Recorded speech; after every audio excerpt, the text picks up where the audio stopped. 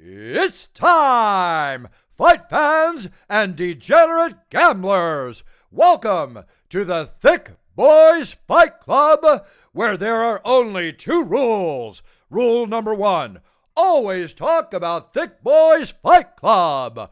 Rule number two, talk about Thick Boys Fight Club even if no one wants to talk about Thick Boys Fight Club.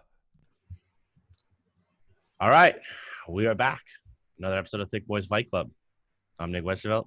And I'm Ty Stewart. And all right, guys, it was an amazing weekend. It was great. 5-1 over here, baby. I can't complain about shit. Did good. You know, the night went telegraphed just like we kind of thought it would.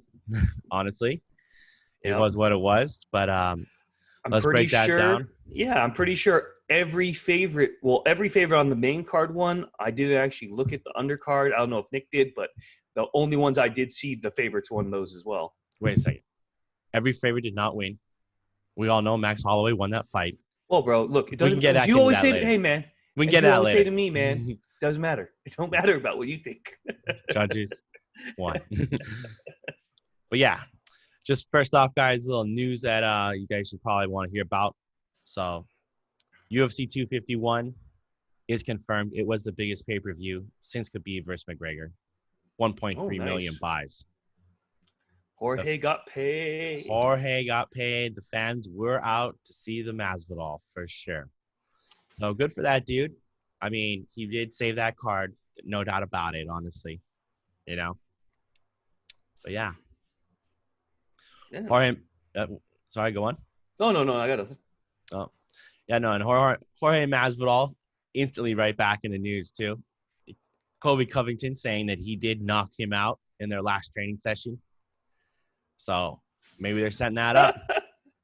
Maybe they set that up. Oh, man, that'd be great. That'd be so great. That would be a good one, I think, too. And honestly, I mean, they're both coming off a loss to Kamaru, so maybe that makes sense.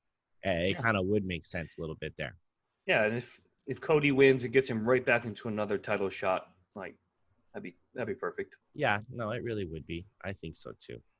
But it's kind of hard because who was I listening to this morning? I was listening to Ariel Helwani and DC talk about it because they're saying Burns still gets Usman, but now they're he's trying to say that Usman or Burns should fight Leon Edwards for the title shot.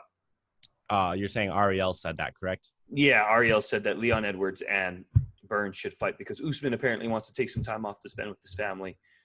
He doesn't want to jump right back into another fight.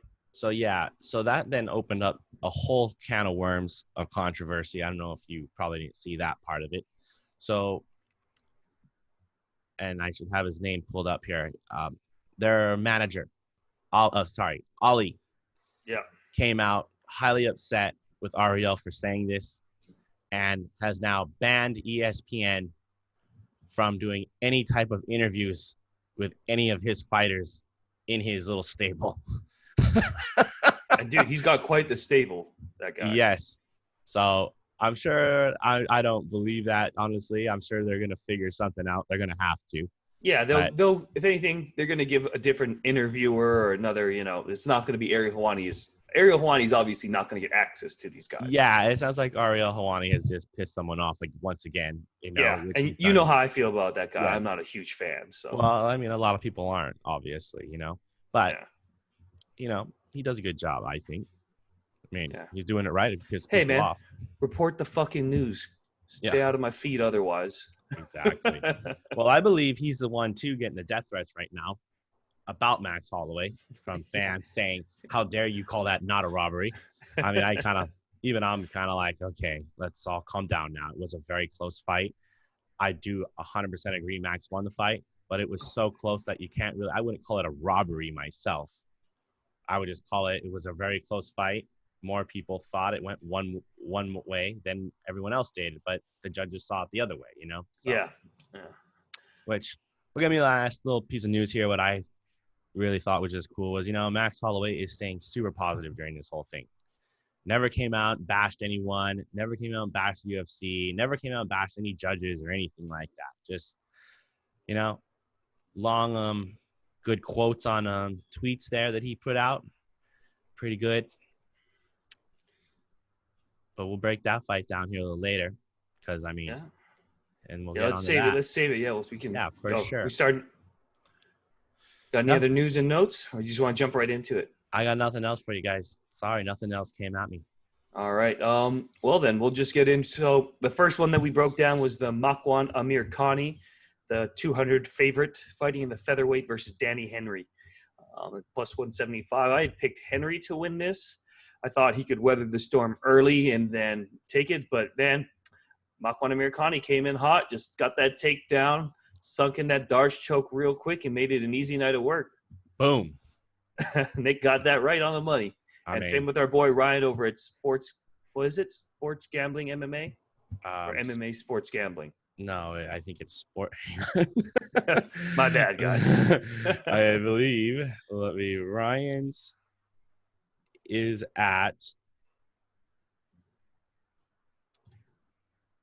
Combat Sports Betting. There we go.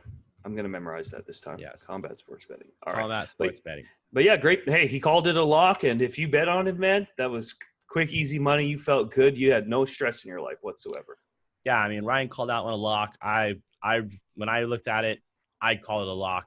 I told you were crazy for going that way. Yeah. I mean, you had a point to what you I looked thought, like the fool. I looked the fool. Yeah. He got that darts in. It was all over.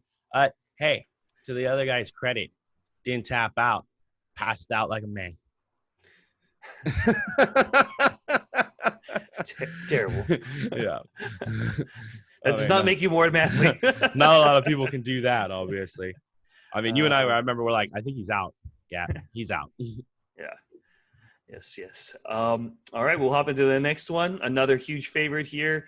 Amanda Ribas came in as a minus $1,000 favorite, fighting in the flyweight division against Paige VanZant. Nick and I both picked Amanda Ribas to win this fight, I believe, right? Correct. And we said, but we did. We bet on Paige VanZant just because plus 650. How do you not at least throw like $50 down? Lost. Sure. It was a pretty dominant fashion. What did you think of the fight? Oh, I mean, it wasn't even a competition for Ribas. It blows my mind, honestly, looking at the whole situation of Paige VanZant. I thought it was so funny what Dana White said afterwards about, he goes, oh, she wants to test free agency? Yeah, you don't fight. You lose your last two fights, and tonight you lost a first round and you tapped out. Yeah, why don't you go test free agency?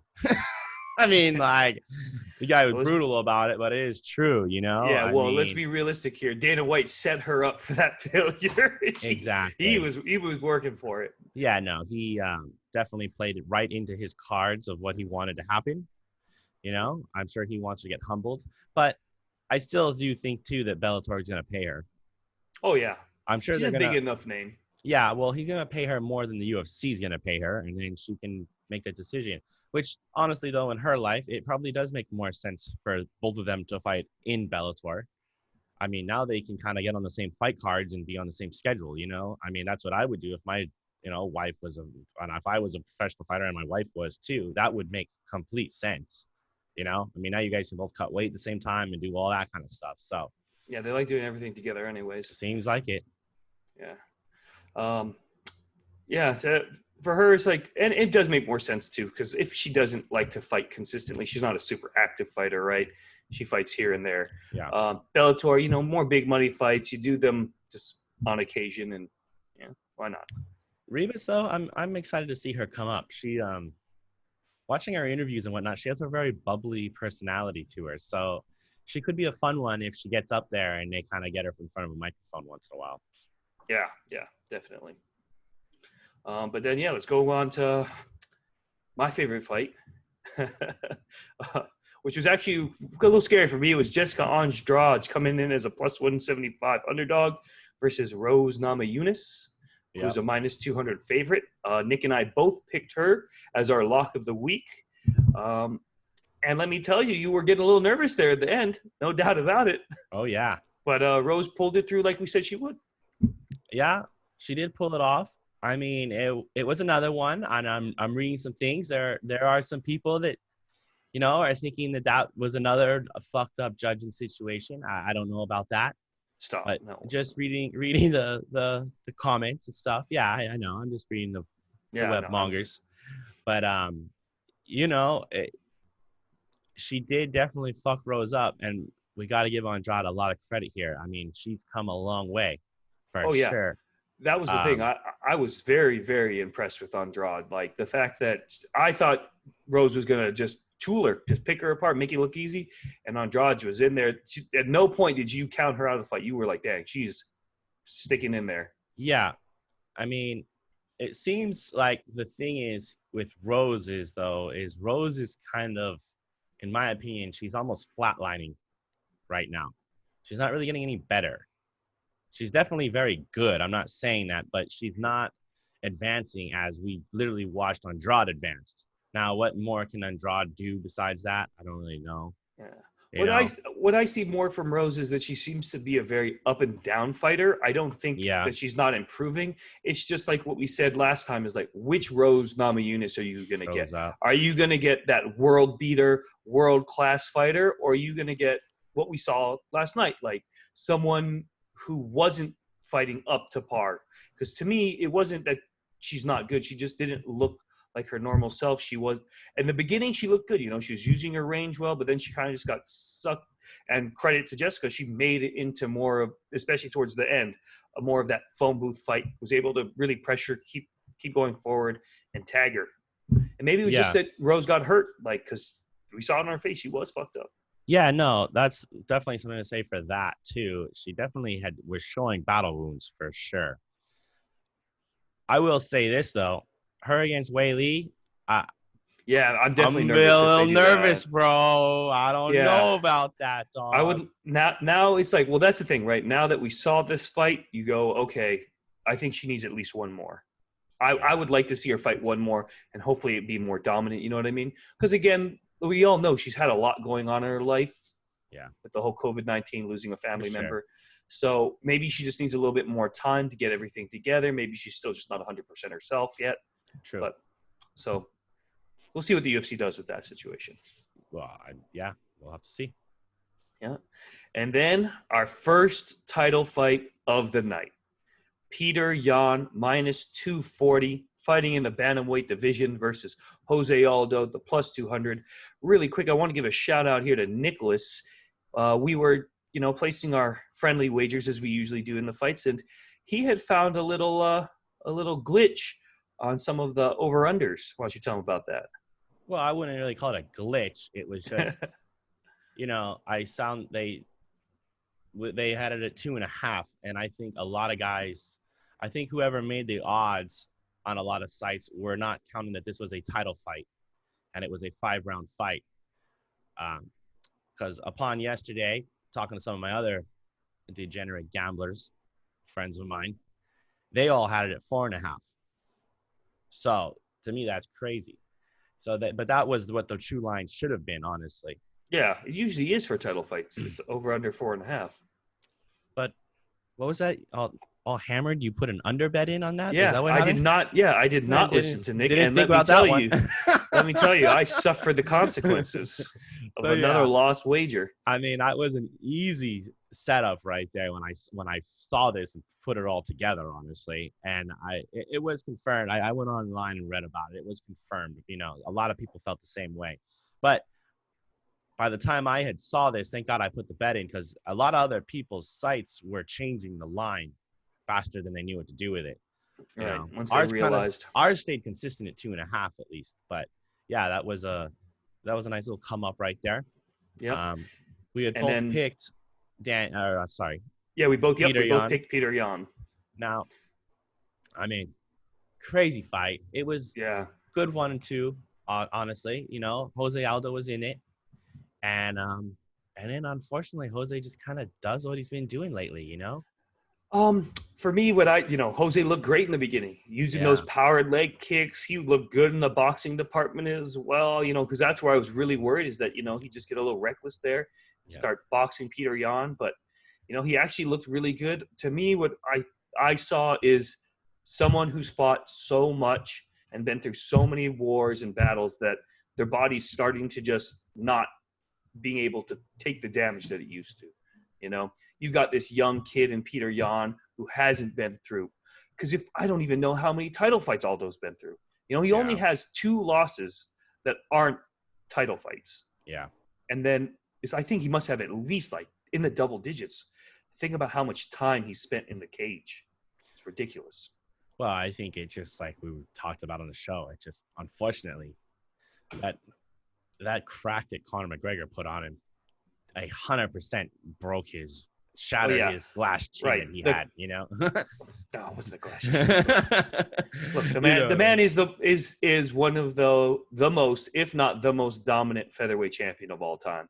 It's just kind of sad to see, because what's crazy is he has all the skills, he has all the abilities to hang in there, but it just looks like his body just can't take the damage. Yeah, because he looked world class. He is world class. Oh, yeah, he is. And then, unfortunately, for poor Mr. Aldo, that referee completely sucks, honestly. Oh, my God. Jesus, I hope please. they fire that dude. I mean, this was drunk me screaming, "Stop it already." You know what I mean? Like, it was so brutal to watch that last 30 seconds.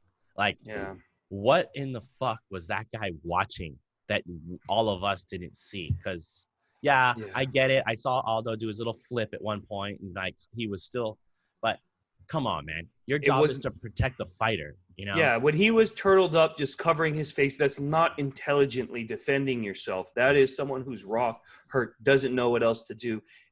Come on, man. This guy's a legend. Save some years off of his life. Like, come on. No.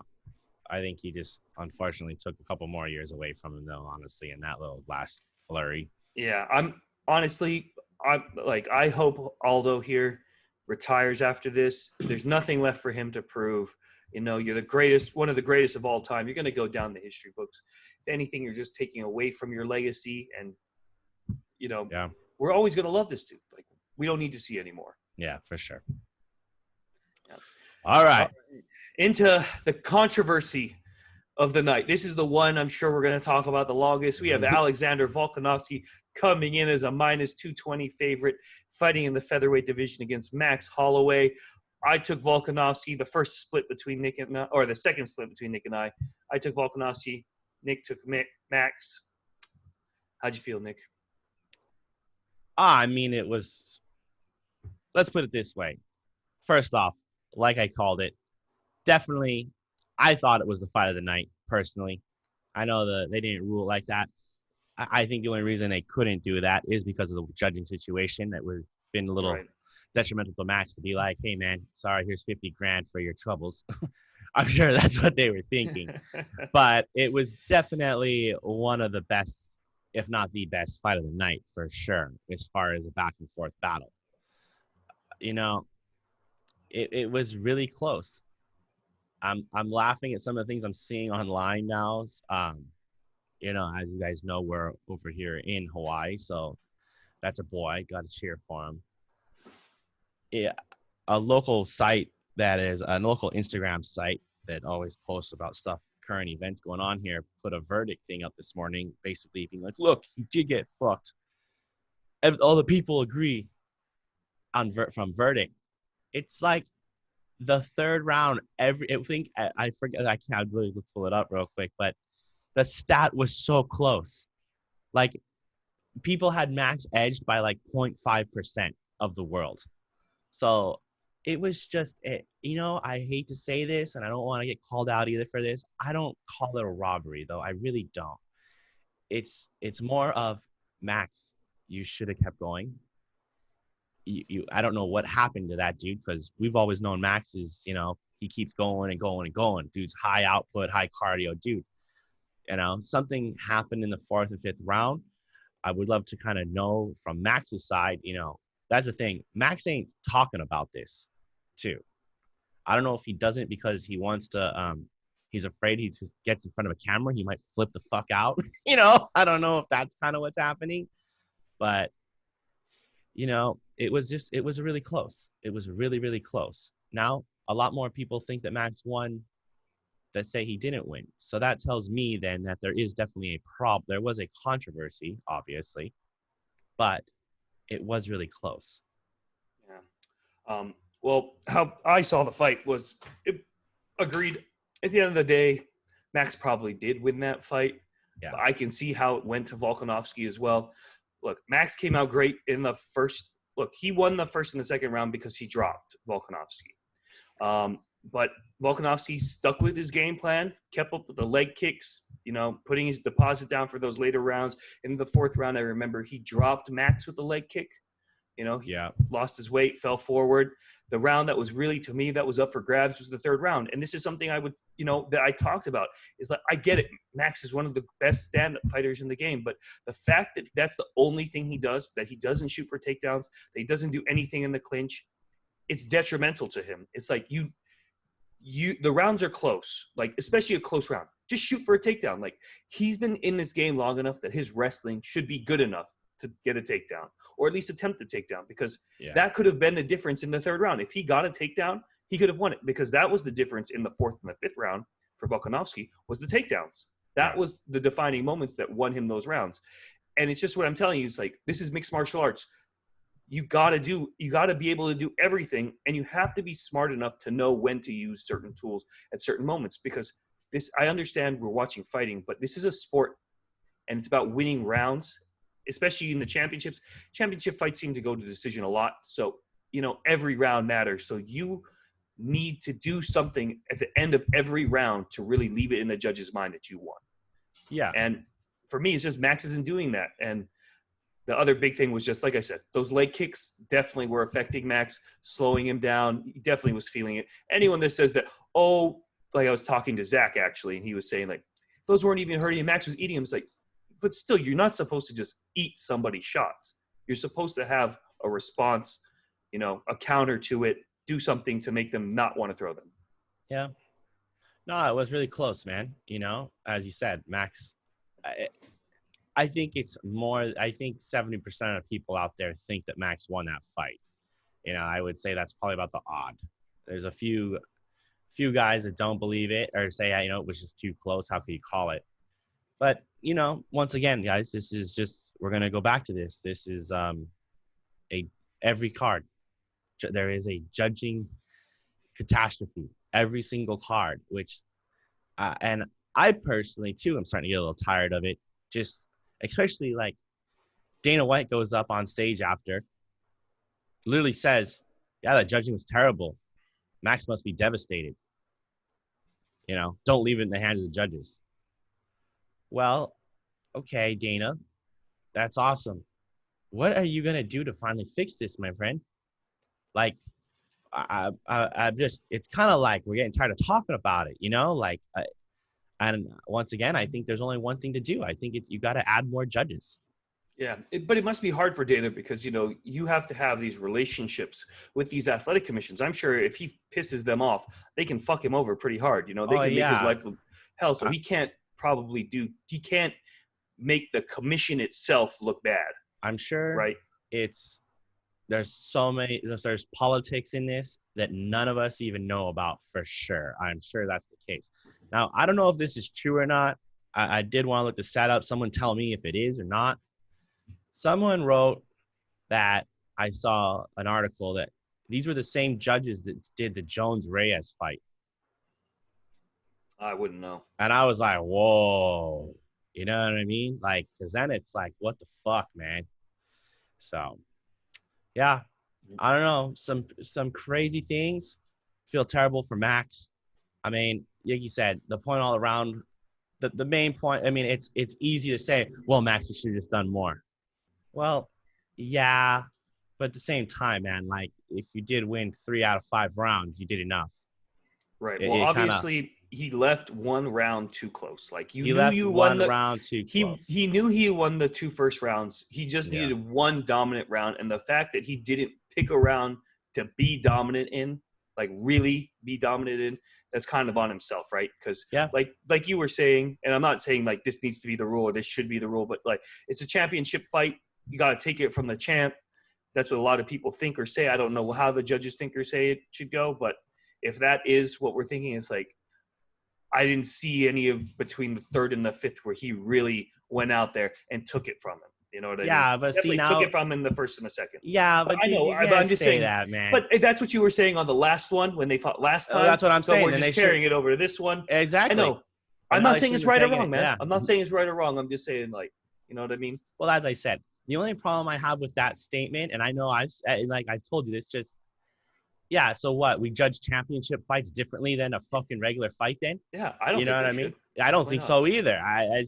That's why that whoever said this statement is kind of like, well, what the fuck? And if there has ever been judging that's really has truly that they've felt that way, those guys need to be fucking fired. Right. You know, like, because now it's like, what are you talking about then? I mean, some notable guys that said too that Max won the fight. You know, as like John McCarthy. I mean, he came out and said, "I wrote the rule book." So Look, man, I'm just gonna say this. Yeah. I've seen worse calls. Oh no, I've seen way worse calls. 100%. The only reason people are all up in arms is because I'm gonna like everyone in the bar we were in. I know why they were all up in arms. Yeah, we're they in bet Hawaii. on Max. We're in Hawaii. We're and in all, Hawaii. Yeah, exactly. Exactly. And then the people out there, it's like, come on, man. Like, I understand that you're upset, but we've seen worse robberies, and no one's batted an eye at. You know, True. like the fact that True. this one's the big one. I'm just a whatever about it. Yeah, for sure. You know, hey, at the end of the day, though, it was a great fight. I'm sure these guys are gonna meet again. They have to. Obviously, sorry about that. Yeah. I do think Max needs to go out there, win a fight or two before they. I don't want to see like number 3 now. You know what I mean? Let's save it. Let's build it up a little bit. We've seen 2 in a row. Max, go dominate someone once or twice, and then run it back. You know what I mean? And who knows? Volkanovski might not even be able to defend his title next time. We'll see. You know, there's some great featherweights out there. Yeah, because this could be the time where they give the title fight to Zabit Magomedsharipov, and then we all know how that one goes. Well, yeah, and I was honestly, I that's exactly what I was looking at. I was like, if this little dude truly thinks he's the champ right now, bro, if you getting past Max, yes, a huge hurdle. There are some fucking killers coming for you, though, my friend. You might not even really want to be the champ right now. You got that Zabit dude's gonna come up. He's gonna beat your ass. Yeah. Well, who knows, man? Maybe we get Calvin Kattar, who's coming up next, and that dude is nasty. Yeah. Well, obviously, if Calvin wins. Yeah, that's what I'm saying. Like, that could be right, because this is actually setting up perfectly. If he wins, Kattar wins this fight, he could easily just say, "Man, I want that title shot." Yeah. Right. Yeah, he could. Well, they'll have to do some debate there for sure. Yeah. All right, but let's jump into the next one. I think we broke that one down enough. Yeah. You know, you feel how you feel, guys. Either way, I'm not going to be mad at you. Yeah. But next we had Kamaru Usman, the -250 favorite, fighting for the welterweight championship against Street Jesus, the man who walks on water, Jorge Masvidal, +210 underdog. Man, that was a tough night for him. Yeah, you know, it telegraphed just the way you said. What you said, sir, is exactly what happened. Thank you. I appreciate that love, man. I mean, we all wanted Jorge to pull this off so bad.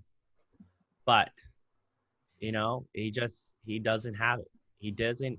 That is just stylistically a terrible matchup for poor Jorge. It's not Jorge's fault. Jorge's still a gangster. He's still a bad motherfucker. There's no doubt about that. Yeah. I mean, no one can take away from you that you stepped in 6 days, cut 20 pounds of weight, and still went 5 rounds with that dude hanging on you, and you never gave up or thought about giving up or anything like that. You know what I mean? And for that, I commend you 100%. But I'm reading things, if I had a 15-day, even Jorge said, if I had at least 15 days, I might have had a better chance at it. No, you wouldn't. You're not.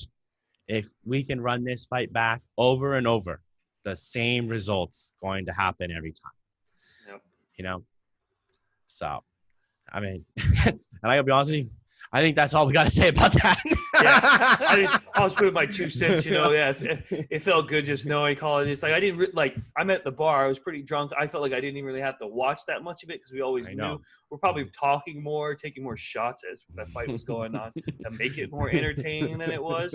We saw a quick dick grab from my boy Usman over there. I wanted to cop a feel, see how big Street Jesus really was, And those foot stomps, I'm not a big fan of that, but look, Usman did what he needed to do. He just wanted to get that W. He didn't care what anybody thought, which is exactly what he needed to do.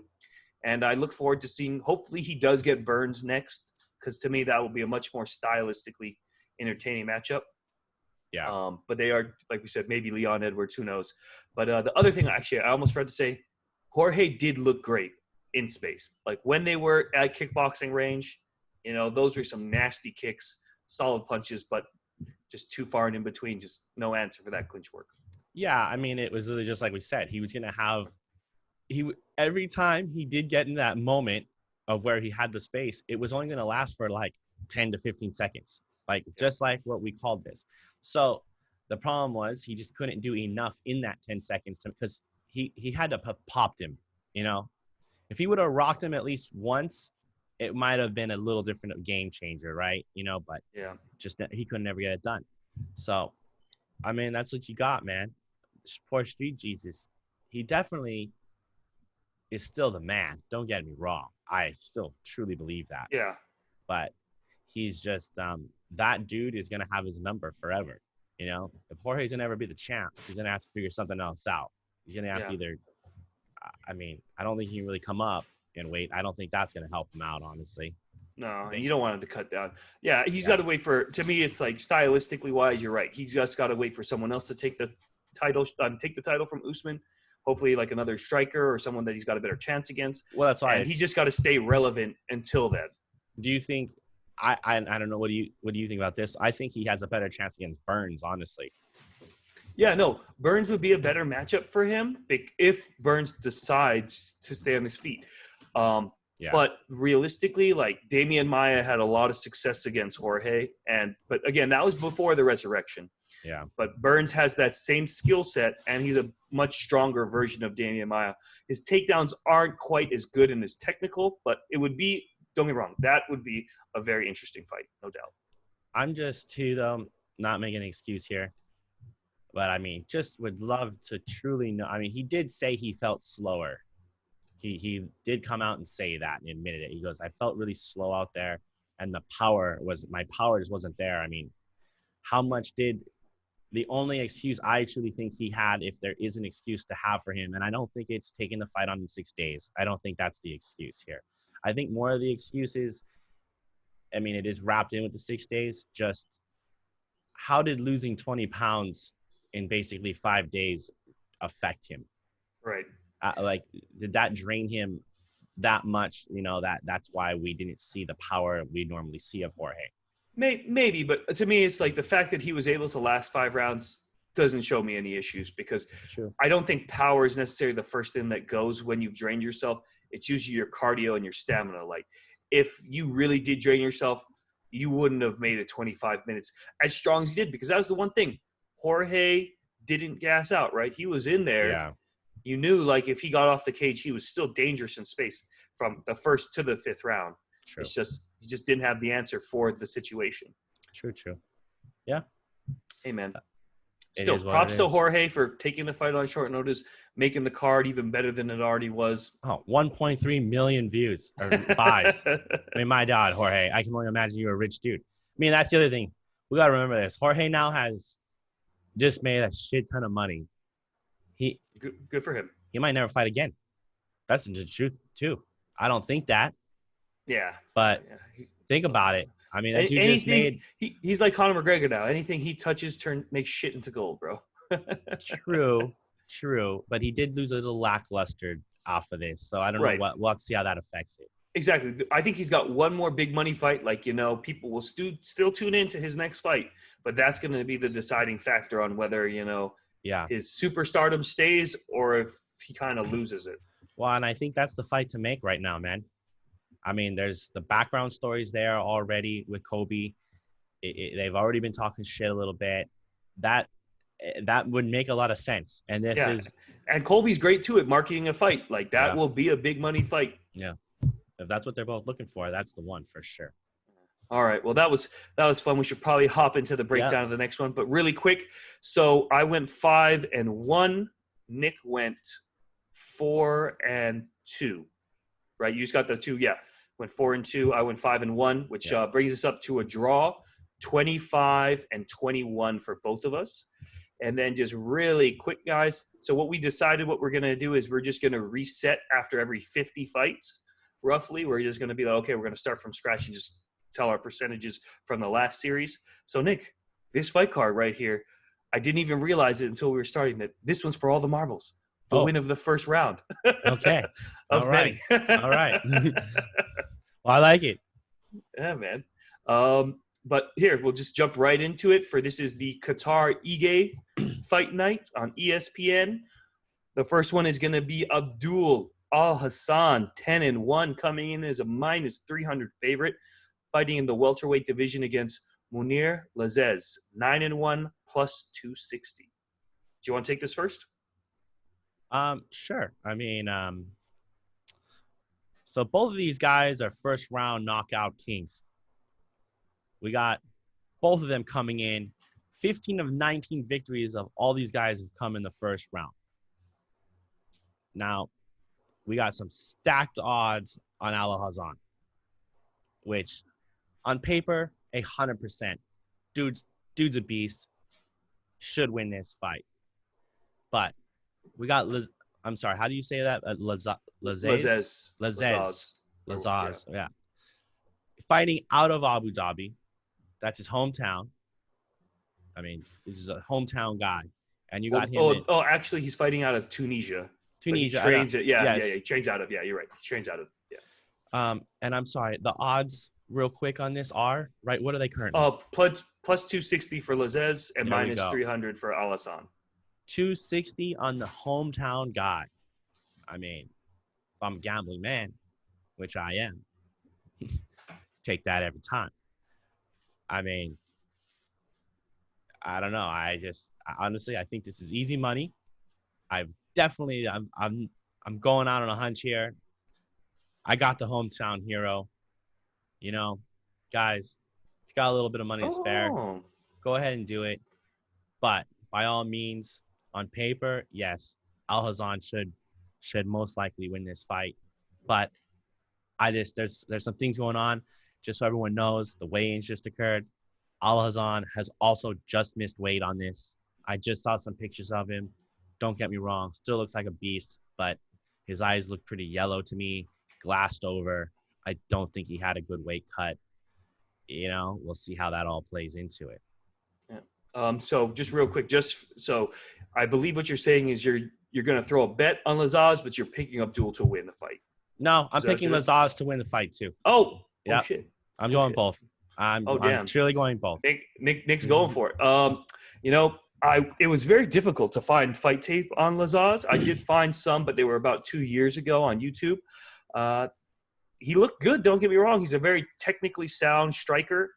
He has the ones I saw, again, these 2 years ago, average takedowns, but he seemed very tight with his kickboxing, you know, lots of straights. Isn't a guy that goes out there and wings punches and everything. But Abdul ALHASSAN, let me tell you guys, absolute fucking savage. 10 wins, 10 first-round knockouts. Only 2 guys, Omir Akhmedov, who is the only loss, who is a stud wrestler, was able to go 15 minutes and win a split decision on him. And then the other gentleman is Sabah Omasi, and he only made it 3.5 minutes. That's the longest fight who lost to him. This guy, the only thing I will say about him is he's reckless, man. He goes out there, he's swinging for the fences. He's trying to knock you the fuck out. He isn't thinking about, I got to make it 5, 10, 15 minutes, you know. All he's thinking about is, I'm going to murder you and take you out as quickly as possible. Now, for the money, I would throw a bet on LAZZEZ, but I'm going to pick Abdul ALHASSAN to win this fight. Like, he's just got a more proven track record against guys who are, you know, UFC caliber. I'm always worried about the guy coming in, you know, little tentative. It's first time. 100%. But it's going to be a great. I think this will probably be the most exciting fight because from start to finish, you're going to see two guys trying to knock each other's heads off. Now, also just a quick note on ALHASSAN here. So reading about him and learning about this guy. So he ended up having to miss basically 2 of his prime years in his career because he was going through some rape allegations that have been cleared up. Which were proven false. Let's give that guy that shout. And he has gone on live on TV to say that he wants revenge and hopes that the poor woman who accused him of this has some bad karma coming her way. Poor woman who ruined a man's life for 2 years? Yeah. Fuck that bitch. I guess you're right. When you say it like that, for sure. He was not allowed to fight for 2 years, and it turned out to be a false that she lied. So like when he's, hey man, you took he's 34 years old, or let me check. Yeah, he's 34 years old now. You took 2 years of, like usually you're priming right around like the early late 20s to early 30s. You took away the last couple years of his prime, and now he's 34 years old, and he's still a stud. Like, I'm kind of bummed out we missed 2 years of him. How old is LAZZEZ? I couldn't actually find that out. They did not have that up for him. Well, but he does look like a young man, probably late 20s, I'm guessing. Think so? Yeah. Yeah, guys, there wasn't a lot of things on it, but my God, when you see that, I got to go with it. Yeah, and you should feel good actually about LAZZEZ because he does fight out of Team Nogueira. LAZZEZ is 32. United Arab Emirates. Oh, is he? Okay. And his reach, he's going to have a 3-inch reach advantage, and he's a little taller as well. So, it's going to be a good fight, no doubt. Going to be a good one. Moving on, though, we've got Molly McCann, 10-2, coming in as a -130 favorite, fighting in the flyweight division versus TAILA Santos, 15-1 as a +110 underdog. I'll just start this off. Molly is gonna, have some really strong wrestling. Watching her last fight, she's predominantly in the striking realm as more of a boxer. She doesn't really throw a lot of kicks. She looks a little stiff in her stand-up, where Talia is definitely the more fluid, better at using her range, more technical striker. She does seem to struggle in more of that traditional like wrestling Greco-Roman clinch. Her Thai clinch is really good, some solid knees there. Her takedown defense is all right. She does seem to struggle a little bit with getting up off of her feet. She spends a little too much time on her back. I'd like her to be a little more aggressive on standing up. This one is really hard for me to pick. The smart money says Molly McCann, and you know what? That's who I'm going to take. She's got solid cardio, good wrestling, and I do tend to favor the wrestler over the striker. So, sorry to pick another favorite for you guys, but that's who I got. Oh, guys, don't worry. I ain't no bitch. TAILA Santos, 6-inch reach advantage on a chick. 6-inch reach advantage. That's going to be huge.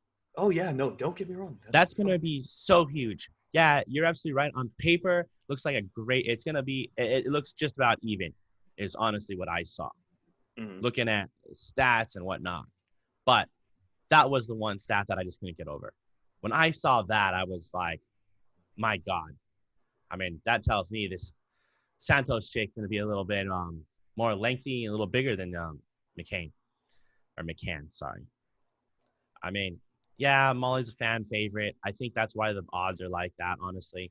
She's a little more recognizable name. This is Santos going to be making her UFC debut. No, this will be her second fight in the UFC. Is there a second fight? Oh, I'm sorry. Yes, Santos' my second bad. fight, I'm sorry. Yes, and she lost by decision in her UFC debut. But, we'll have to see what happens from that. I don't think she's going to lose again. Yeah, it was. Don't get me wrong. That was a good fight. It was a close fight. It's just, like I said, the deciding factor was just the struggling off of her back for me. Yeah, for sure. All right. Well, excellent. So I got Santos. You got... Yeah, and I got Molly there. Molly. So, we're already fucking split. But into the man, we do not help people out there very much. But moving on to which I believe is actually the co-main event of the evening.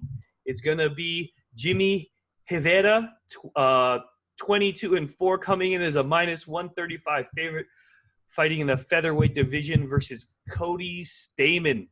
19-2-1 as a +150 underdog. Nick, take it away. But hang on, this is not the co-main event?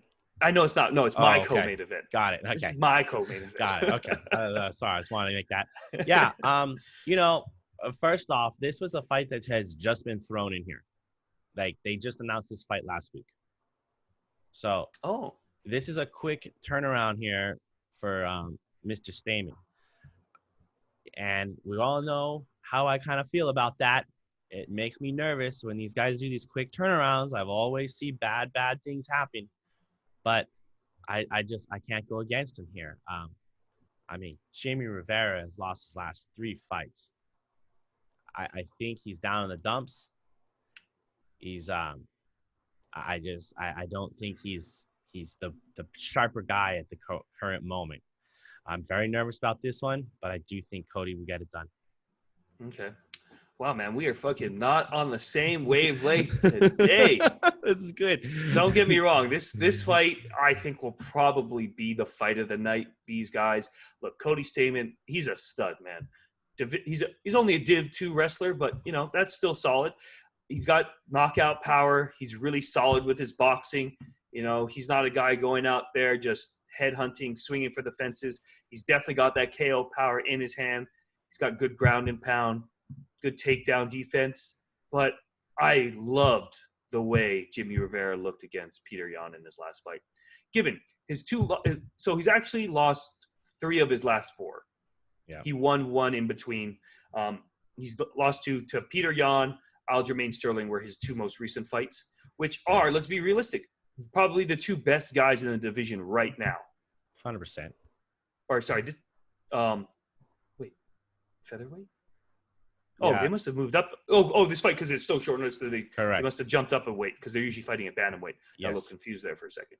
But those are the guys he lost to. But the way he fought Petr Yan, dude, those leg kicks were nasty. He's got knockout power. He's so fast. He's constantly moving. He's not flat-footed. He's bouncing around the cage. Yes, does he have a questionable chin? 100%. He has been rocked several times at the fights that I've watched. And that honestly could be the deciding factor. But I like Jimmie just because his takedown defense is so solid. He's got a clear speed advantage, and he also has the ability to knock people out. And for those reasons, man, that's why I'm taking Jimmie. I'm happy with that. All right. No, hey, man, I agree what you're saying. It's going to be a really good fight. Yeah. You know, just Cody is definitely on a roll right now, though. There's no doubt about that. Yeah. No, don't get me wrong. But, they both lost. I'm sure Cody Stamann fights Petr Yan. He probably loses as well. Who knows? We'll probably see that fight one day. Sure. But, they both are only really losing to the best guys. So this is going to be a great fight. It will be. It will be. Yeah. Next up in the flyweight division, we have Tim Elliott, -135, fighting Ryan Benoit, +115. Look, guys, this is a make-or-break fight for both of these guys, I really feel like. Specifically, Tim Elliott, though, coming in on a 3-fight losing streak. Ryan Benoit actually is kind of, for his past 6 or 7 fights, has been every other, wins 1, loses 1, wins 1, loses 1. Yeah. So if you're just going off of a pattern, you would probably say Ryan Benoit is going to win this. He's due for a win. But, Tim here, he's a Division II wrestler. Man, he watching some of his fights, dude, the kid's insane. Just going for takedowns nonstop. The transitions are sick to watch. Very exciting. Big problem. He needs to start controlling guys when he takes them down because he's letting them get up way too quickly and then going for another takedown, really just draining himself, using too much energy. But if he can really control him on the ground, it could be a quick night. He does have 6 submission wins, but he's also, I believe, lost 3 times via submission. Where Ryan Benoit over here is, he's a heavy hands. He's got 8 knockouts to his name. He's predominantly a stand-up fighter. He will occasionally shoot for a takedown here and there. I don't see that happening. But the one thing that's making me pick Tim Elliott over Ryan Benoit is that, again, another person I saw struggled off of his back, has difficulty getting up to his feet. And I have to think, since this is a make-or-break situation for Tim, that he has really been focusing on controlling his opponents. And so I'm going to take Tim here. Yeah, I have Tim Elliott winning this here as well. Ryan is just too inconsistent, honestly. And another little thing about him is he's consistently getting hurt as well. So we really don't even know what Ryan we have coming into this fight.